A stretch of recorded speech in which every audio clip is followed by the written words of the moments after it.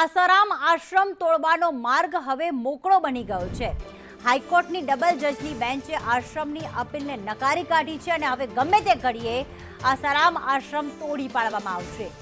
આશ્રમે વારંવાર નિયમોનો ભંગ કર્યો છે તેવું હાઈકોર્ટે નોંધ્યું છે। સાથે એવું પણ કહ્યું હાઈકોર્ટે કે નદીની જમીન પણ પચાવી લીધી હતી। નદીની જમીનનું રેગ્યુલાઇઝેશન થઈ શકે નહીં, જેના કારણે જે આશ્રમ તરફથી અરજી કરવામાં આવી હતી તે નકારી દેવામાં આવી છે અને ગમે તે સમયે હવે આસારામ આશ્રમ ડિમોલેટ થઈ શકે છે। તેના પર બુલડોઝર ફરી વળશે। લગભગ 45,000 ચોરસ મીટર સરકારી જમીન સરકાર પરત લેશે। દિવ્યા અમારી સાથે જોડાઈ ગયા છે। દિવ્યા, વારંવાર આશ્રમ તરફથી અરજી કરવામાં આવી, પરંતુ આખરે હાઈકોર્ટે નોંધ્યું છે કે આ સરકારી જમીન છે અને નદી પરનું જે રેગ્યુલાઇઝેશન છે તે પણ કરવામાં ના આવ્યું, ત્યારે હાઈકોર્ટે શું નોંધ્યું?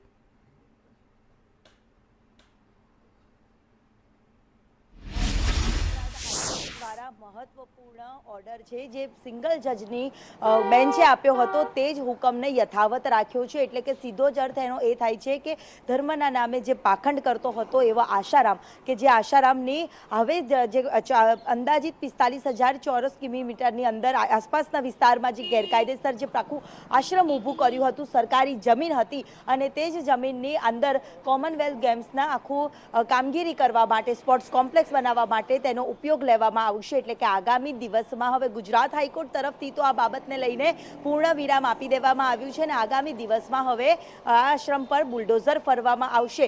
સાથે સાથે મહત્વનું છે કે જ્યારે છૂટવાના કાયદાની તમામ જે જોગવાઈઓ હતી અને કાયદામાંથી રહીને આશારામે અનેક પ્રયાસ કર્યા હતા કે તેનું આશ્રમ ન તોડી પાડવામાં આવે, જેને લઈને સિંગલ જજના ચુકાદાને હાઈકોર્ટમાં પડકારવામાં આવ્યો હતો અને ડબલ બેન્ચના ચુકાદાએ પણ હવે લીલી ઝંડી આપી છે અને જનતાના હિત માટે જ્યારે સ્પોર્ટ્સ સિટી અમદાવાદ શહેર તરીકે આગવી ઓળખ બની રહ્યું છે, જ્યાં અલગ અલગ સ્પોર્ટ્સ વીરો ત્યાં રમી શકશે તેવા ઉદ્દેશ્ય સાથે જેનો ઉપયોગ થતો હોય અને તેના જ માટે આ જો જમીનનો ઉપયોગ થતો હોય તો જમીન યોગ્ય છે અને જે સિંગલ જજનો જે ચુકાદો છે તે યોગ્ય ઠેરવ્યો હતો ગુજરાત હાઈકોર્ટે અને હવે આગામી દિવસમાં આ બુલડોઝર આશ્રમના આશ્રમ ઉપર ફરશે તેમ કહી શકાય અને ગુજરાત હાઈકોર્ટના ડબલ બેન્ચે પણ આ જ ચુકાદો આપ્યો છે।